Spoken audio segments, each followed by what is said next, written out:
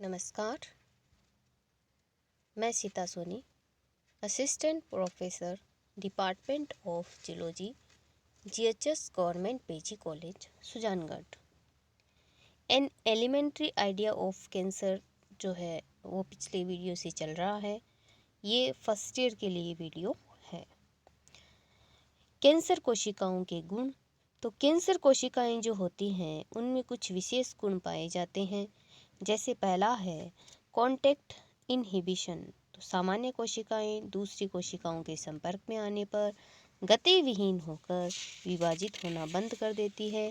यह प्रक्रिया जो है संपर्क संदमन कहलाती है। अतः संपर्क संदमन नष्ट हो जाने पर ये कोशिकाएं कैंसर कोशिकाएं कही जाती हैं। सेंट्रियोल। कैंसर कोशिकाओं के तारक केंद्रों का असामान्य व्यवहार भी महत्वपूर्ण गुण है। किसी भी अविभाजित कायिक कोशिका में दो तारक केंद्र एक दूसरे के पास स्थित होकर इस प्रकार व्यवस्थित रहते हैं जिससे उनके दीर्घ अक्ष समकोणिक बने हुए रहते हैं। कैंसर कोशिकाओं में दोनों तारक केंद्रक लंबे तथा यादृच्छिक होते हैं। दोनों तारक केंद्रकों को जोड़ने वाली संरचनाएं भी प्राय नहीं होती है।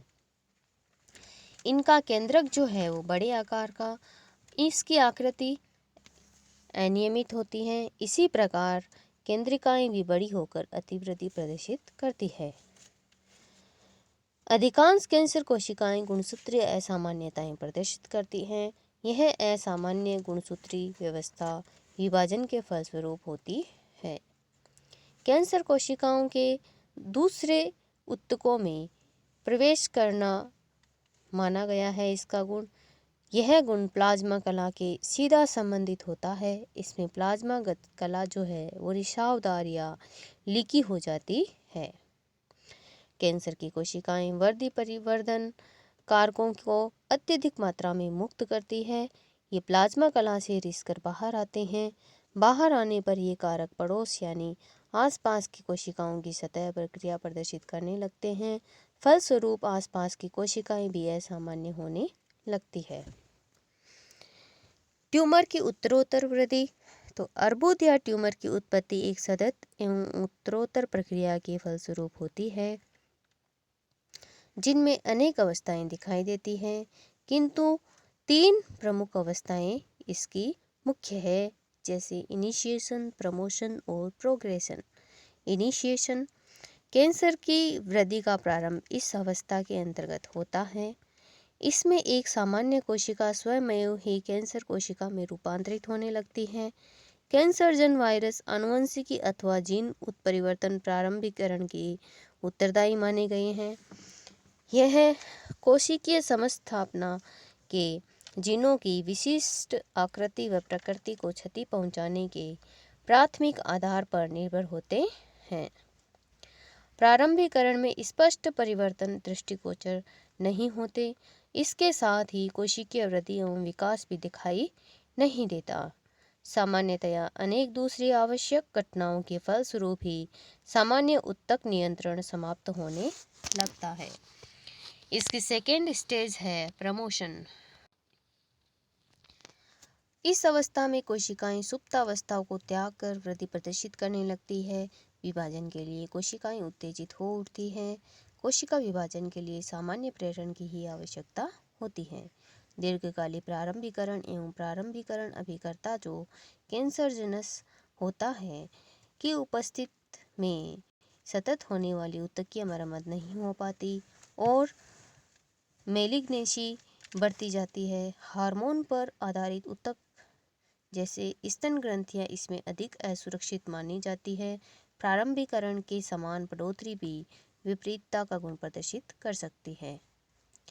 प्रगामित या प्रोग्रेशन कैंसर के परिवर्धन की यह अंतिम प्रावस्था होती है। इसके अंतर्गत अधिक स्वतंत्रता पूर्वक तीव्र गति से अर्बुद की वृद्धि होती है। यह पूर्णतया नवीन घटनावत होती है जिसके परिणाम स्वरूप नई कैंसर कोशिकाओं की उत्पत्ति होती है। ये कोशिकाएं अधिक स्थिर होने वाली है, अपरिवर्तनशील होकर इनमें आनुवंशिक परिवर्तन दृष्टिगोचर होने लगता है। इससे ऊतक के वास्तविक प्राथमिक ऊतकीय गुणों का हाश होने लगता है।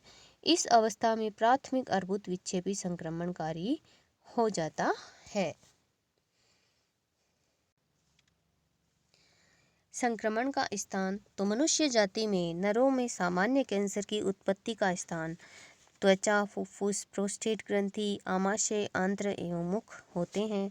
इसके विपरीत स्त्रियों में स्तन, गर्भाशय, आंत्र, आमाशय एवं त्वचा को कैंसर का सामान्य स्थान माना गया है। मेटास्टेसिस, ट्यूमर ऊतक अपने आसपास के ऊतकों को भी अपनी चपेट में लेने लगते हैं। यह क्रिया ठीक उसी प्रकार होती है जिस प्रकार एक पादप की जड़ भूमि में अपनी वृद्धि प्रदर्शित करती है। कभी कभार कैंसर की कोशिकाएं अपने पितृ वृद्धि के स्थान को छोड़कर रक्त या लसिका संस्थान के माध्यम से शरीर के दूसरे भागों तक पहुंच जाती है। इस प्रकार अपने वास्तविक स्थान से अत्यंत दूर जाकर ये कैंसर की गांठ निर्मित करती है। यह नई कैंसर की गांठ बनने की क्रिया मेटास्टेटिक इन्फेक्शन कहलाता है तथा यह क्रिया जो है मेटास्टेसिस कहलाती है। प्रभाव, जैसे जैसे कैंसर का ट्यूमर अनियंत्रित वृद्धि करने लगता है वैसे वैसे जीवन पर संकट बढ़ने लगता है। सामान्य शारीरिक क्रियाओं में व्यवधान आना प्रारंभ हो जाता है, विशेषकर जब ट्यूमर की वृद्धि तंत्रिकाओं पर दबाव डालने लगती है तो असहनीय दर्द उत्पन्न होने लगता है। इसके साथ ही कोशिकाओं को कुपोषण का शिकार भी होना पड़ता है, कारण कि शरीर में ग्रहण किया जा रहे पोषक पदार्थों को ट्यूमर ऊतक अपने काम में लेने लगते हैं। जिस स्थान पर ट्यूमर बनता है उस स्थान के विशेष प्रभाव दृष्टिगोचर होने लगते हैं, जैसे मस्तिष्क एवं मेरुरज्जु का कैंसर पैरालाइसिस का कारण बनता है, जबकि अग्नाशय का कैंसर पाचन प्रणाली को प्रभावित कर मधुमेह के लक्षणों को उत्पन्न कर देता है। टाइप्स ऑफ कैंसर, कैंसर को मुख्यतः दो प्रकार से वर्गीकृत किया गया है। प्रथम वर्गीकरण का आधार दर्द और दूसरा जो प्रकार है वो है ऊतक।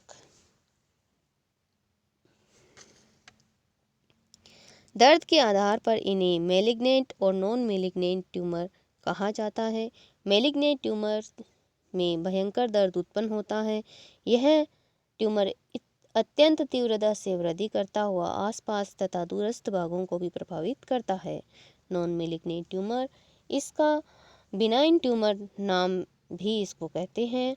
इस प्रकार का कैंसर हानिप्रद भी हो सकता है तथा हानि रहित भी। यह ट्यूमर जहां उत्पन्न होता है वहां धीमी गति से वृद्धि करता रहता है। ऊतकों के आधार पर ट्यूमर का वर्गीकरण भी विशिष्टता लिए हुए हैं। जिस प्रकार के ऊतक में ट्यूमर उत्पन्न होते हैं उनके आधार पर भी चिकित्सक इसको वर्गीकृत करते हैं। जैसे कार्सिनोमा, उपकला कोशिकाओं से उत्पन्न होने वाले ट्यूमर को कार्सिनोमा के नाम से जाना जाता है। ये सामान्यतया त्वचा व आंतरिक अंगों के आस्तरण पर उत्पन्न होते हैं। सार्कोमा, संयोजी ऊतक से उत्पन्न हुए ट्यूमर सार्कोमा कहलाते हैं। ये सामान्यतया मध्य जनन स्तरीय संरचनाओं में बनते हैं। ओस्टियोमा, अस्थियों में बनने वाले ट्यूमर। फाइब्रोमा, तंतुजन्य ऊतकों में उत्पन्न होने वाले ट्यूमर। ग्लियोमा, केंद्रीय तंत्रिका तंत्र व मस्तिष्क के जालिकावत आधारीय संयोजी ऊतक में उत्पन्न होने वाले ट्यूमर। मेलानोमा, यह त्वरित गति से बढ़ने वाला रंजक युक्त ट्यूमर होता है जो त्वचा पर उपस्थित विशिष्ट प्रकार की रंजक अतिवृद्धि से उत्पन्न होता है। यदि त्वचा पर बनने वाली रंगीन अतिवृद्धियों को बारंबार खुजाया जाता है तो ये तीव्रता से मेलिग्नेट हो जाती है तथा विक्षेपी संक्रमणकारी बन जाती है। लिम्फोमा, लसिका गांठों एवं लसिका संस्थान के दूसरे ऊतकों पर उत्पन्न होने वाले ट्यूमर को लिम्फोमा के नाम से जाना जाता है। टेराटोमा, भ्रूण की मोरुला अवस्था में ही कोशिकाएं कैंसर कोशिकाओं में रूपांतरित होकर सुसुप्त सी पड़ी रहती है। यह भी सुझाया गया है कि टेराटोमा दमित भ्रूण की देन होती है। कुछ वैज्ञानिकों का मानना है कि टेराटोमा पार्थिनोजेनेसिस द्वारा भी उत्पन्न होती है।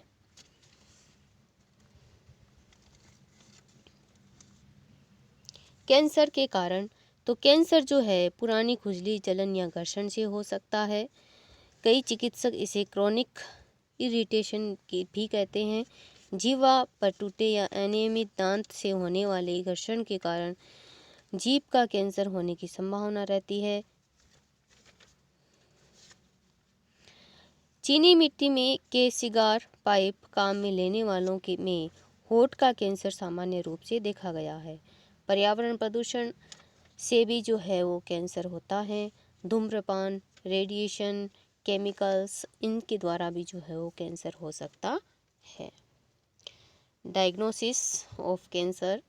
कैंसर का निदान वर्तमान में जो है वो इस प्रकार से होता है कि कोई भी सूजन अथवा फोड़ा जो ठीक नहीं होता अथवा ठीक होकर पुनः पुनः हो जाता है, ये इसके अंदर जो है प्रमुख लक्षण होते हैं कैंसर के।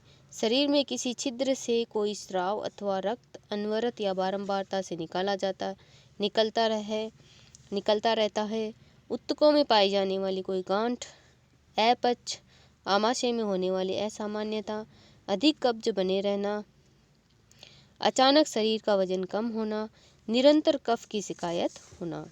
इनमें से यदि एक बार ही प्रकट हो तो किसी भी प्रकार के भय की आवश्यकता नहीं इन लक्षणों की, किंतु यदि ये लक्षण बारंबार प्रकट होने लगे तो डॉक्टर से कांटेक्ट करना चाहिए।